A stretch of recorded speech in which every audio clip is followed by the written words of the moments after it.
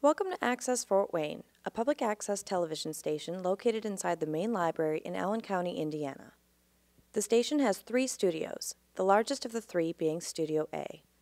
Tonight, 3 volunteers, 2 producers, and a staff member are working together to create a pre-taped television show inside the studio. The program is a religious talk show titled Come to the Knowledge. Most television viewers are unaware of all of the work that takes place behind the scenes. Tonight, you get to see an exclusive look at the crew busy behind the camera. When crew members arrive in the studio, the set is completely put away. All props, chairs, and tables are pushed against the wall or are behind the curtains. Tonight's show contains 2 people on set, so a table with 2 chairs is needed. While the set is being prepared, a volunteer camera operator, Nicole, unwinds the camera cords, removes the lens caps, and wheels the camera into place. She also moves the curtain so that the desired lighting effect can be accomplished. The director, Elizabeth, does the lighting. She adds light to the subjects on the set while also adding colored light to the curtains. She accomplishes this by placing blue gels in front of some of the lights. After she checks the shots from the control room, she returns to the studio to fine-tune a few things, adjusting the intensity of the lights with the lighting board. The producers take their places at the table and prepare for the shoot, setting up a laptop and preparing last-minute notes and thoughts before the show begins. 2 trees are then wheeled out behind the table and are carefully placed on set. While the director and camera operators are busy with tasks, the audio operator is also at work. Paul removes microphones and cords from the cabinet in the control room and takes them into the studio. The cords need to be plugged into the wall, connected to microphones, and then be strategically placed on the subjects.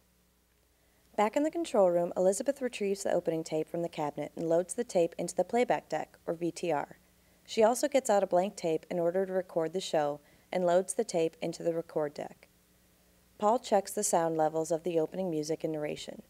Once the audio check for the opening is complete, Elizabeth sets the counter on the deck and rewinds the tape. Paul then speaks to the hosts through a headset and asks them to begin speaking for a mic check. While the mic check occurs, Elizabeth prepares titles and credits for the show, entering names into the Compix program on the computer. Tonight's show also involves taking a video feed from a computer. Paul retrieves the scan converter and other cords in order to connect the computer feed to the control room. Elizabeth hooks up the converter box while the producer plugs in the power cord to the back wall of the studio. An S-video cable is run to the back of the studio, and Paul and Elizabeth then feed it through a hole in the wall to the control room so that it can be attached to an input in the back of the playback deck. Nicole prepares the time cues and brings them closer to her camera. The director shuts off the overhead lights in the studio, and the crew members all take their positions. The camera operators set the focus on their cameras, while the director and audio operator return to the control room. The director instructs the camera operators how to frame up their shots, and the production is ready to begin. Elizabeth records in black for 30 seconds, and then begins the opening tape, showing color bars and then a countdown. Paul brings up the audio for the opening. After the opening, Paul brings up the microphones and Nicole cues the talent. During the production, the camera operators switch up their shots as directed, zooming, panning, tilting, and trucking. The director switches between camera shots and uses the Compix computer to add titles to the program. Nicole shows the time cues for the talent, and the show is wrapped up. Credits roll over a wide shot, and the program fades to black. Once the show is completed, the director fills out a request for playback contract. She writes down the title and length of the program, along with other information, and gives the contract to the producer to sign.